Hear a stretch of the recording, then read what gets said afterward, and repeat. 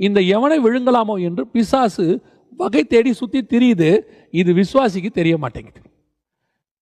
உங்கள் பக்கத்திலேயே இந்த சிங்கமும் சிங்கம் போல உள்ளதும் இருக்கும், ரெண்டும் இருக்கும். இந்த ரெண்டும் உங்கள் பக்கத்தில் அப்படியே அங்கங்கே நின்றுக்கிட்டே இருக்கும். உங்கள் பக்கத்தில் ஒரு பக்கம் ஆண்டவர் நிற்கிறாரு, எதுக்காக? உங்களை எப்படியாவது காப்பாற்றுறதுக்காக. இன்னொரு பக்கம் பிசாசு நிற்கிறான், எதுக்காக? உங்களை விழுங்கிறதுக்காக. இந்த ரெண்டு பேருக்கும் உள்ள டிஃபரன்ஸ் என்ன, இந்த ரெண்டு பேருக்கும் உள்ளதான முக்கியத்துவம் என்ன அப்படின்னு சொல்லி நான் உங்களுக்கு வேதத்தில் உள்ளதான ஒரு சம்பவத்திலிருந்து விளக்கினா உங்களுக்கு பிரயோஜனமாக இருக்கும்னு நான் நினைக்கிறேன். இப்போ தானியேலை கொண்டு போய் சிங்கக்கெபியில் போடுறாங்க. உங்கள் எல்லாருக்கும் தெரியும், நமக்கு தெரிஞ்ச ஒரு சம்பவம்.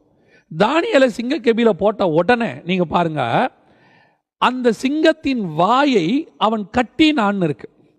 தானியேல் தீர்க்கதரிசன புஸ்தகம் 6ஆம் அதிகாரம் 22 வசனம். சிங்கங்கள் என்னை சேதப்படுத்தாதபடிக்கு தேவன் தம்முடைய தூதனை அனுப்பி அவைகளின் வாயை கட்டி போட்டார்னு இருக்கு. இது ஒரு சிங்கம், இது அப்படியே இருக்கட்டும்.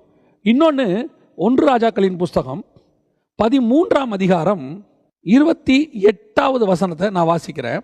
அப்பொழுது அவன் போய் வழியிலே கிடக்கிற அவன் பிரேதத்தையும் பிரேதத்தண்டையிலே கழுதையும் சிங்கமும் நிற்கிறதையும் கண்டான். அந்த சிங்கம் பிரேதத்தை தின்னவும் இல்லை, கழுதையை முறித்து போடவும் இல்லை. இது எதை குறிக்குது? எதை பற்றி சொல்லப்பட்டிருக்கிறது? கவனிங்க. தானியேல் போடப்பட்டது பாபிலோனுடைய சிங்கம். நமக்கு தெரியும், பாபிலோன் என்பது ஒரு பிசாசினுடைய கூடாரம், அங்கே இருக்கிற சிங்கம். ஆனால் அந்த சிங்கத்துக்கிட்ட தானியேலை போடுறாங்க.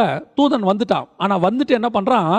சிங்கத்தை கொல்லலை, ஆனால் சிங்கத்தை ஒன்று செய்கிறான், கட்டி போட்டான். அது கடிக்காதபடிக்கு, தானியேலை கடிக்காதபடிக்கு கட்டி போட்டான். அதுக்கு ஒரு பின்னாடி காரணம் இருக்குது. இதுக்கு ஒரு ஆவிக்குரிய அர்த்தமும் இருக்குன்னு வச்சுக்கோங்களேன். ஏன்னா பிசாச ஆண்டவர் கொல்லலை, ஆனால் அவனை கட்டி போகிற அளவுக்கு நமக்கு வல்லமை கொடுத்துட்டு போயிருக்கிறார். அவ்வளோதான். அது அங்கே உயிரோடு தான் இருக்கும், ஆனால் அது சாகாது.